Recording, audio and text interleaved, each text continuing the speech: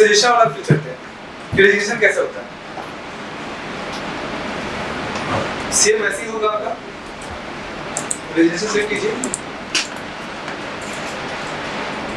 और जो director design कर रहा है उसका जो डिन नंबर है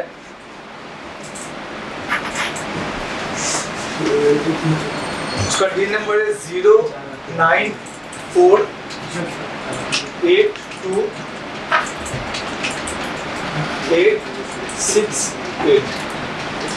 सबको दिखाई दे रही है 0948286 सबको दिखाई दे रही है। ये रेजिग्नेशन में ये डायरेक्टर जो है मनीष नाम इनका ये डिजाइन कर रहे हैं, तो आप सेम फिल कीजिए वैसे ही पर्पस ऑफ, तो वहाँ पे क्या होगा परमिटेड सजेशन उस पे क्लिक करेंगे फिर डिन नंबर डालेंगे। सर यहाँ पे पहले रीजन मांग रहा है, रीजन मांगेगा ना क्यों छोड़ रहा है वो, ऐसा तो नहीं कि तुम बदमाशी से छोड़ रहे हो। पहला रीजन किससे पूछिए,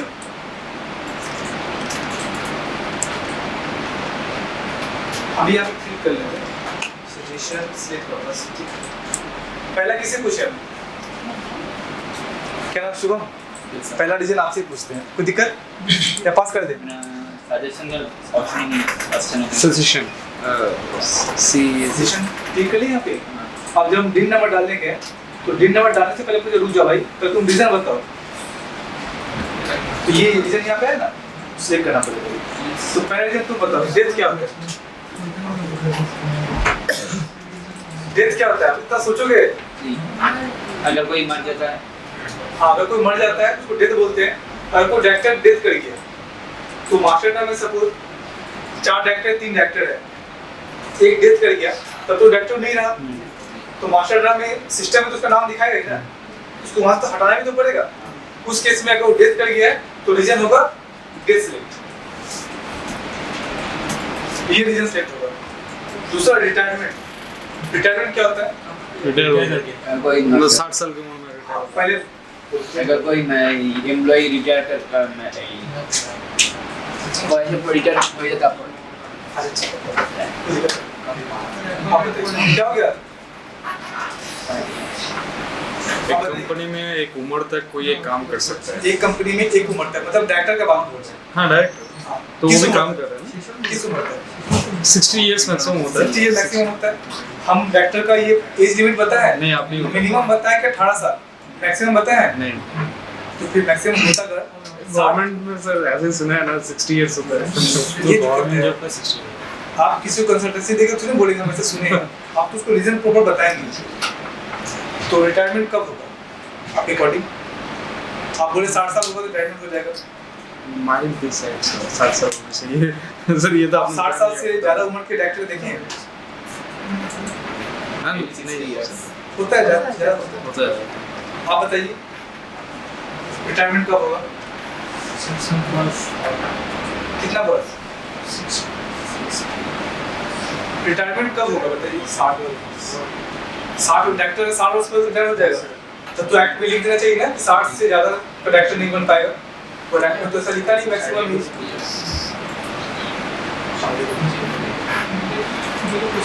आप लोग बताएंगे फिजिकली साउंड मतलब क्या, नहीं समझे। मेडिकल इशू मतलब मेडिकल में क्या, अगर मेरा तबीयत खराब हो गया, फीवर लग गया तो सीरियस कंडीशन जैसे आईसीयू में है सर, आईसीयू में है, हो सकता है बच जाए, किस डॉक्टर से निकाल दे, मरेगा तब निकाल देंगे ना, चांस है बचने का। एक तो रिटायरमेंट नहीं देता मैक्सिमम नंबर ऑफ सर्विस होगा कुछ, मैक्सिमम नंबर से 20 कंपनी का बता दिया कि आप एक डायरेक्टर 20 कंपनी का डायरेक्टर नहीं बन सकते। हर कंपनी का एक अपना एचआर पॉलिसी होता है, ठीक है। उस कंपनी के एचआर पॉलिसी में ये लिखा हुआ है कि कोई भी डायरेक्टर मेरे कंपनी में 70 साल से ज्यादा काम नहीं कर सकता। किसी कंपनी में 60 साल होता है, किसी कंपनी में 75 इयर्स होता है। तो अगर वैसा कुछ पॉलिसी है कंपनी का, उस पॉलिसी के अंदर वो आ जाता है तो उसको रिटायरमेंट बोलेंगे, क्योंकि कंपनीज एक्ट में रिटायरमेंट और डायरेक्टर वर्ड कहीं पे है ही नहीं कि डायरेक्टर रिटायर कर ले। मतलब 70 इयर्स ऐसा कोई कंफर्म नहीं है। एक और होता है प्राइवेट कंपनी में, पब्लिक कंपनी में होता है कि पब्लिक कंपनी में जितना भी डायरेक्टर होता है उसका पहले 1/3 निकालते हैं, उसको बोलते हैं director retire bye rotation.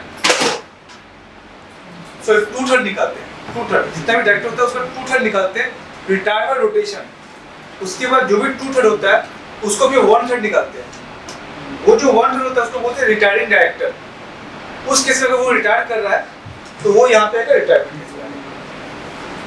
Private company में एप्लीकेबल नहीं है, पब्लिक कंपनी में एप्लीकेबल है। जितना भी डायरेक्टर है 2/3 निकालेंगे। अब जितना भी डायरेक्टर में से आप स्मॉल से डायरेक्टर को सिलेक्ट नहीं करते हैं क्योंकि डायरेक्टर नहीं होता है, नॉमिनल डायरेक्टर भी नहीं होता है, इंडिपेंडेंट डायरेक्टर भी नहीं होता है, एमडी भी नहीं होता है। क्यों? पूरा टर्म फिक्स है। तो 2/3 पहले निकालेंगे, फिर 1/3 वो जो डायरेक्टर बनता है उनको हर साल रिटायर करना पड़ता है। उस केस में अगर होता है तो उसको बोलते हैं retirement. Disqualification of under section 164। Disqualification में क्या होता है कि सब डायरेक्टर है, आपके अंदर कुछ डिस्क्वालिफिकेशन आ गया, यानी कि हम एक पढ़ाते हैं ना कि जब कंपनी एनुअल फॉर्म फिल करता है, अगर 2 साल तक एनुअल फॉर्म फिल नहीं करता है तो कंपनी को स्ट्राइक ऑफ कर देता है और तीसरे साल डायरेक्टर को डिस्क्वालिफाइड कर दिया जाता है। वो सेक्शन 164 सबसेक्शन 2 में दिया गया। उस अंदर अगर वो डिस्क्वालिफाइड हो गया तो डायरेक्टर का रिजाइन करना पड़ेगा। सपोज हम 5 कंपनी डायरेक्टर है, 5 कंपनी डायरेक्टर है, 4 कंपनी पूरा अच्छा से एनुअल कंप्लायंस किया बढ़िया से टाइम पे एकदम। एक कंपनी है जिसमें हम सब में डायरेक्टर है, ये कंपनी कंप्लायंस नहीं किया, लगातार 2-3 साल तक कंप्लायंस नहीं किया, कंपनी को स्ट्राइक ऑफ कर दिया और उसी अब जो डायरेक्टर है क्या वो डिस्क्वालिफाइड होगा या नहीं होगा? सपोज हम डायरेक्टर है, हम इस कंपनी में 4 डायरेक्टर है, एक इधर भी डायरेक्टर है, 4 कंपनी में हम बढ़िया से कंप्लायंस किए, एक में कंप्लायंस हम अच्छा से नहीं किए, फॉर्म फाइल नहीं किए, हमको डिस्क्वालिफाइड कर दिया। अब डिस्क्वालिफाइड कर दिया, करेगा या नहीं करेगा? पहले वो बताइए, डिस्क्वालिफाइड करेगा या नहीं करेगा? करेगा। हम तो ये बोल सकते हैं ना कि सर एक कंपनी हम नहीं किए, बाकी 4 कंपनी तो हम किए हैं। तो 4 कंपनी के साथ ये कंपनी का तो कोई लिंकअप नहीं है। कोई लिंकअप नहीं। क्या आपको क्या लगता है करना चाहिए कि नहीं करना चाहिए? करना चाहिए क्योंकि ये कंपनी अगर डिसीजन लेता है, ये तो कंपनी का डिसीजन कंपनी लेता है, शेयर डिसीजन गवर्नमेंट लेता है। और डिस्क्वालीफाई तो गवर्नमेंट करेगा, तो करेगा कि नहीं करेगा? करेगा। क्यों करेगा? क्योंकि सेक्शन नंबर 264 में यही बोला गया, तो हर कंपनी एप्लीकेबल है, तो यहाँ से हमको डिस्क्वालीफाइड कर दिया इस कंपनी से। अब जो 4 वाला है ना, वो ये बोलेगा कि भाई आप यहाँ से निकलो। 4 वाला तो यहाँ पे बोलता है कि आप यहाँ से भी निकलो, वो मेरा डिस्क्वालिफिकेशन के अंदर आ जाता है कि आप डायरेक्टर दिन नंबर पर डिस्क्वालिफाइड हो गया, आप तो डायरेक्टर है ही नहीं एज पर बोल रहा, तो बाकी 4 कंपनी से भी आपको निकलना पड़ेगा, रिजाइन करना पड़ेगा। सपोज मेरा 5-6 दोस्त है, ठीक है, एक दोस्त का मर्डर कर दिया और चौथे वाले के पास जाके बोल नहीं भाई हम तो तुम्हारा फ्रेंड है, तो बोले ना भाई तू तो तुम्हारा फ्रेंड था, तो डिस्क्वालीफाइड का मतलब आप सब से डिस्क्वालीफाइड हो गए। ये समझ में आया? ऊपर का 3 डेथ, रिटायरमेंट और डिस्क्वालिफिकेशन। चौथा है exceeding maximum number of directorship under section 165। ये क्या होता है? अगर 20 कंपनी से ज़्यादा अगर 20 कंपनी से ज़्यादा डायरेक्टर है, सपोज हम गलती से 21 कंपनी डायरेक्टर बन गए या 22 कंपनी डायरेक्टर बन गए, तो वो कहीं 2 कंपनी से डायरेक्टरशिप रिजाइन करना पड़ेगा, क्योंकि लिमिट 20 का है ना। उस केस में होता है तो यहाँ पे हमको ये सेट होगा। नीचे वाला बताइए वैकेशन ऑफ ऑफिस।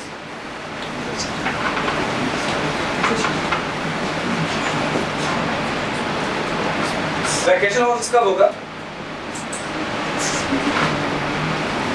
167 ये बोलता है कि अगर कोई डायरेक्टर 1 साल में पूरे 12 महीने में कोई भी बोर्ड मीटिंग अटेंड नहीं किया, उसको बोलते हैं कि आपका वैकेशन हो गया, आपका छुट्टी हो गया। सपोज हम 1 साल में किसी कंपनी में एक बार बोर्ड मीटिंग अटेंड नहीं करते हैं, इसका मतलब कि कंपनी से कोई लेना देना नहीं है, कंपनी क्या कर हमको इंटरेस्ट नहीं है, तो जब हमको इंटरेस्ट नहीं है तो हमको शेयर क्यों रखेगा? तो बोलते हैं कि आपका वैकेशन हो गया, अब निकल जाइए यहाँ से। रेजिग्नेशन अंडर सेक्शन 168 और रिमूवल अंडर सेक्शन 169, दोनों में क्या डिफरेंस है? अन्ना बताओ। अच्छा ठीक, तुम बताओ, टेंशन मत, तुम मत बताओ, इतना गुस्सा क्यों हो रहे हो? तुम बताओगे कि दूसरे से पूछे? रेजिग्नेशन और रिमूवल में क्या डिफरेंस है? सर एक खुद छोड़ दिया, एक निकाल दिया गया। रेजिग्नेशन का मतलब हम खुद छोड़ रहे हैं, रिमूवल का मतलब हमको रिमूव किया जा रहा है, निकाला जा रहा है। अगर डायरेक्टर खुद छोड़ेगा तो सेक्शन 168 क्लिक होगा, अगर हम उसको निकाल रहे हैं तो सेक्शन 169 होगा। अगर कोई डिस्क्वालीफाइड हो गया हम उसको निकाल ही रहे ना, बट वो रिमूवल के अंदर नहीं आएगा, वो आएगा डिस्क्वालिफिकेशन के अंदर कि ये इस एक्ट के अकॉर्डिंग, इस सेक्शन के अकॉर्डिंग आपको निकाल रहे हैं। Nomination withdrawn bye appointing authority, ये कब होगा? बस 10 मिनट का और क्लास, 15 मिनट का और class. Nomination withdrawn bye appointing authority ये कब होगा? जब कोई डायरेक्टर को एज अ नॉमिनी अपॉइंट करेंगे, ठीक है, नॉमिनी अपॉइंट कर लिए, वहाँ पे पूछता है ना कि नॉमिनी डायरेक्टर अपॉइंट करेंगे तो कौन सा, जैसे यहाँ पे है ना, name of company whose nominee is appointing, suppose ABC company है, वो अपॉइंट कर दिया, अब बोल रहे हैं एबीसी कंपनी तो उसका जो नॉमिनेशन वो विथड्रॉन कर दिया, तब क्या रेजिग्नेशन होगा डायरेक्टर का? उस केस में यहाँ पर सिलेक्ट होगा not been reappointed, not been reappointed, ये कब होगा? मतलब एक बार निकाल दिया और अपॉइंट नहीं होगा। क्या एक बार निकाल दिया और अपॉइंट नहीं होगा एक दोबारा, बार निकाल दिया तो कब निकाले थे इसको? मतलब डिस्क्वालीफाई हो गया है तो वो तो 164 में निकाल दिए। Not been. ये सिलेक्ट कब होगा? देखिए ये सिलेक्ट कब होगा? आप जब तक इस टर्म को नहीं समझेंगे तो सिलेक्ट कैसे करेंगे? अपॉइंटमेंट सजेशन में आप सिलेक्ट किए, आप तो समझते हैं ना कि हाँ अपॉइंटमेंट हो रहा है, सजेशन हो रहा है, तब तो सिलेक्ट किए। जब तक इस टर्म को आप समझेंगे नहीं तब तो सिलेक्ट नहीं कर सकते ना। नॉट बी रीअपॉइंटेड का मतलब क्या हुआ? क्या नाम इसका? शोएब अख्तर, सच में नाम शोएब अख्तर है क्या? नॉट बी रीअपॉइंटेड मतलब क्या होगा? नॉट बी रीअपॉइंटेड का मतलब अभी जैसे हम बताया तुम मोबाइल देख रहे थे, नहीं सर, इसका सपोर्ट करने के लिए अभी हमने जैसे बताया तुम मोबाइल देख रहे थे, नहीं सर, मैं इसको ठीक कर रहा है, ये बोल रहा था हम तो बता रहे थे, तुम कहाँ थे? हम बताए ना, हाँ सर। हम अभी नहीं बताया, बस पूछ रहे हैं कि नॉट बी रीअपॉइंटेड का मतलब क्या होगा? क्या लगता है आपको? ये सब कुछ हम आपसे पूछ के समझा रहे हैं।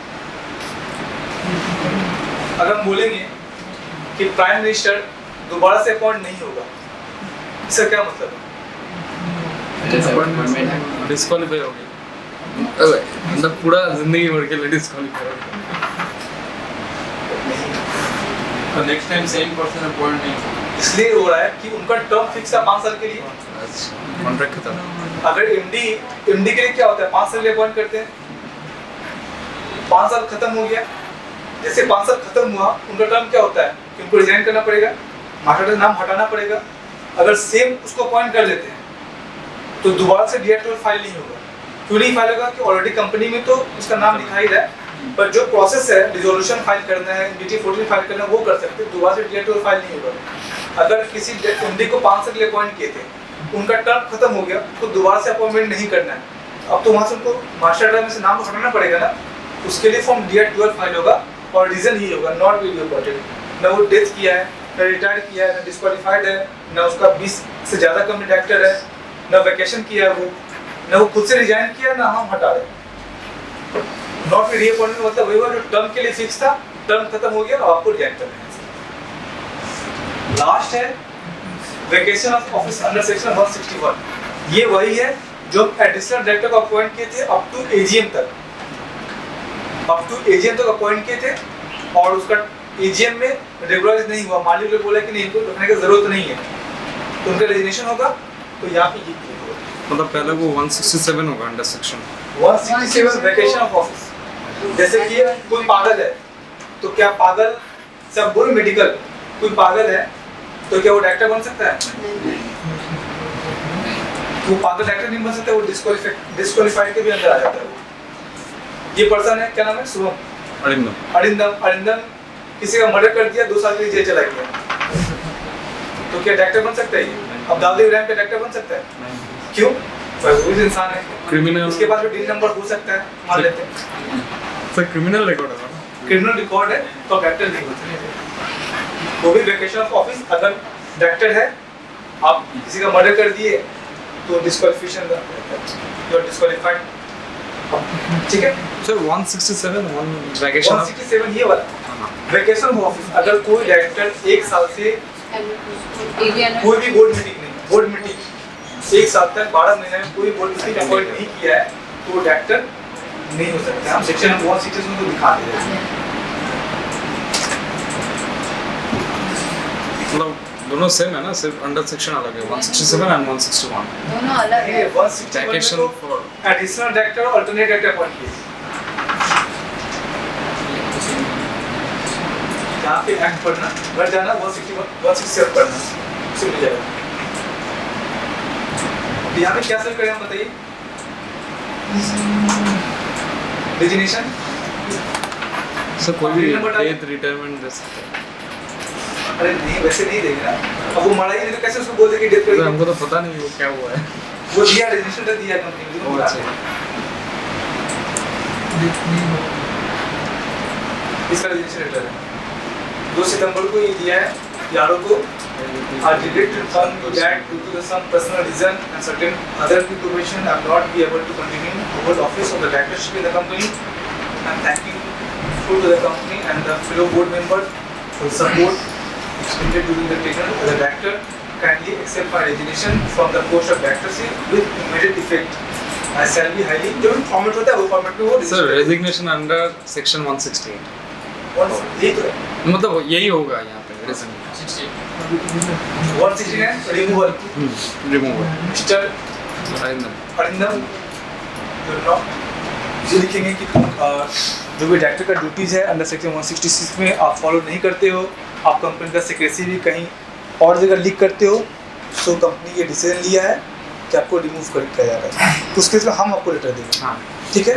रिमूव करने का पावर किसके हाथ में है, बोर्ड मीटिंग के हाथ में, बोर्ड ऑफ डायरेक्टर के हाथ में या शेयर होल्डर के हाथ में। अपॉइंट करने का पावर शेयर होल्डर के हाथ में है, तो निकालने का पावर शेयर होल्डर के हाथ में, ऐसे याद रखिएगा तभी है। उस केस में भी स्पेशल रेजोल्यूशन पास होता है। आप कुछ दिखा दे रहे हो, अब यहाँ पे दिन नंबर डालेंगे ऊपर में, दिन नंबर डालिए, बोलिए सर दिन नंबर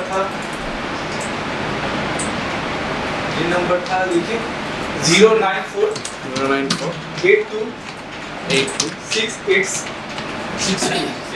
sorry 82868 0948286 094 मनीष 094 828 बिल्कुल मगन अब यहाँ पे सिलेक्ट होगा डायरेक्टर, कंपनी डायरेक्टर थे।